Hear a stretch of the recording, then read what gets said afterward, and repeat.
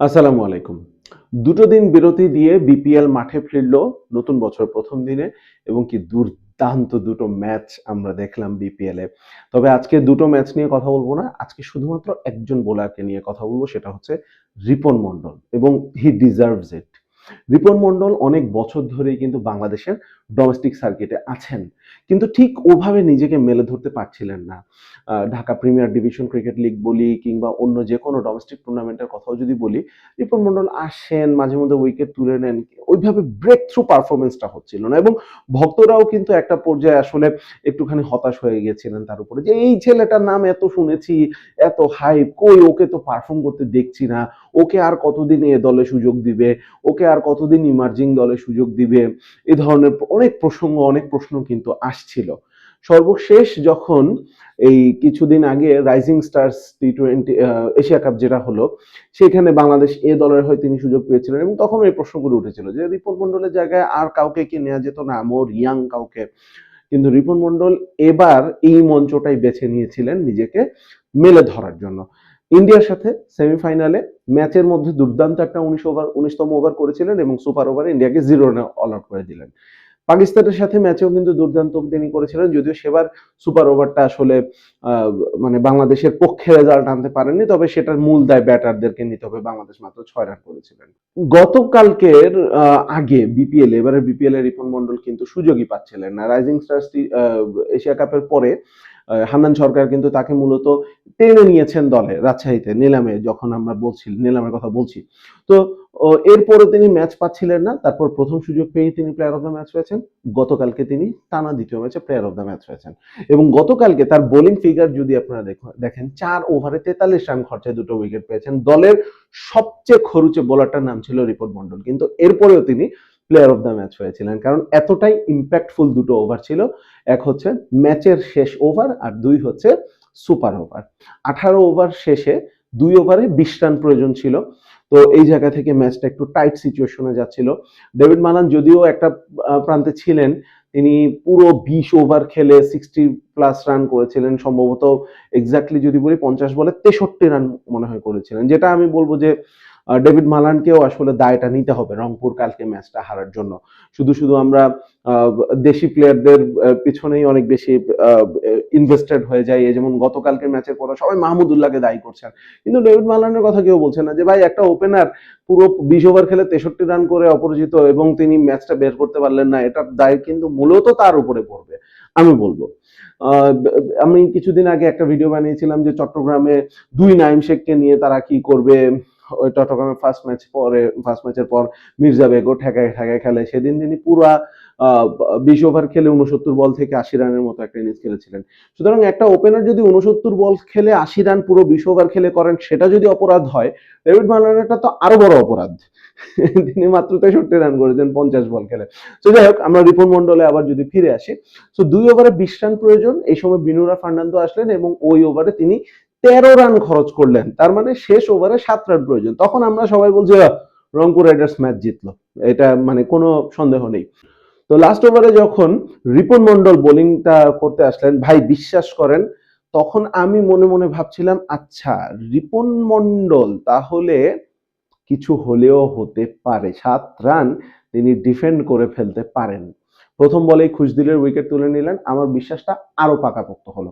কিন্তু নুরুল হাসান সোহান এসেই একটা 4 মারলেন। তারপর কি হলো, 4 মারার পরে 4 বলে 3 রান। ও ওকে ফাইন, আজকে রিপন মন্ডল পারবে না হয়তো বা, বাট এটা নিয়ে খুব একটা মানে it was not a big deal. 6 বলে 7 রান এমনিতেই আসলে ম্যাচটা রংপুরের দিকে ছিল।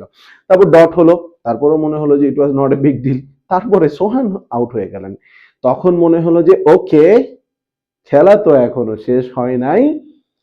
তারপরে সোহান আউট হয়ে যাওয়ার পরে লাস্ট বলে মাহমুদুল্লাহ রিয়াদকেও, সোহান আউট হয়ে যাওয়ার আগে কিন্তু 2 রান নিয়েছিলেন একবার একটা বলে।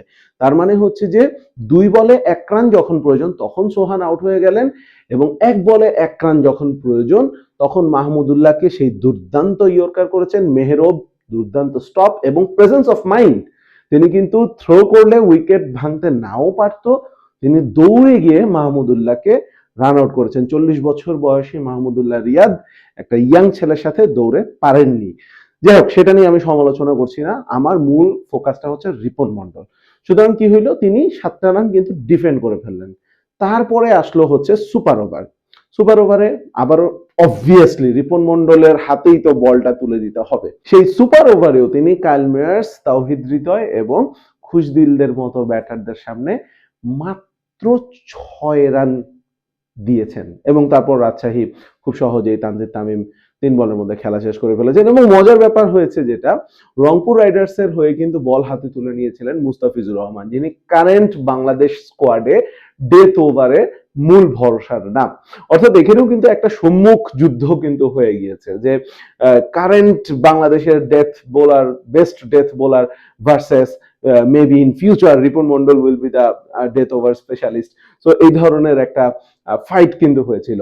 তো রিপন মন্ডল অবভিয়াসলি এই ফাইটটাতে তো জিতেছেন এবং তার চাইতে বড় কথা, রিপন মন্ডল কিন্তু সেই রাইজিং স্টার এশিয়া কাপ যেটা হয়েছিল সেখান থেকে টানা এই কাজটা করে যাচ্ছেন, টানা তিনি ডেথ ওভারে দলকে ভরসা যোগাচ্ছেন। খেয়াল করুন, 4 ওভারে 43 রান, 2 উইকেট, এই বোলিং ফিগার নিয়েও তিনি কিন্তু শুধুমাত্র ওই ডেথ ওভারের ওই মুন্সিয়ানার জন্য প্লেয়ার অফ দ্য ম্যাচ হয়েছেন। এখন ফর দ্য অবভিয়াস রিজন প্রশ্ন আসবে, প্রশ্ন উঠছে যে রিপন মন্ডলকে টি-20 বিশ্বকাপের দলে নেওয়া যায় কি না। এটা একটা অনেক বড় প্রশ্ন। টি-20 বিশ্বকাপ দলের কথা যদি আমরা বলি, বাংলাদেশের পেস ডিপার্টমেন্ট মোটামুটি কিন্তু সর্টেড। মুস্তাফিজুর রহমান রয়েছেন, তাসকিন রয়েছেন, শরীফুল রয়েছেন, তানজিম সাকিব রয়েছেন। তানজিম সাকিবও কিন্তু ভালো করছেন, বিপিএল এই রাজশাহীর হয়েই খেলছেন। তো এই জায়গায় আসলে জায়গাটা কম। ও সাইফুদ্দিনও তো রয়েছেন। তো এই জায়গায় কিন্তু জায়গাটা আসলে কম। কিন্তু প্রশ্নটা হচ্ছে যে রিপন মন্ডল, তিনি ওই যে একটা কথা বলে না ইংরেজিতে যে নকিং অ্যাট দ্য ডোর, যে নির্বাচকদের দরজায় টোকা দিচ্ছেন।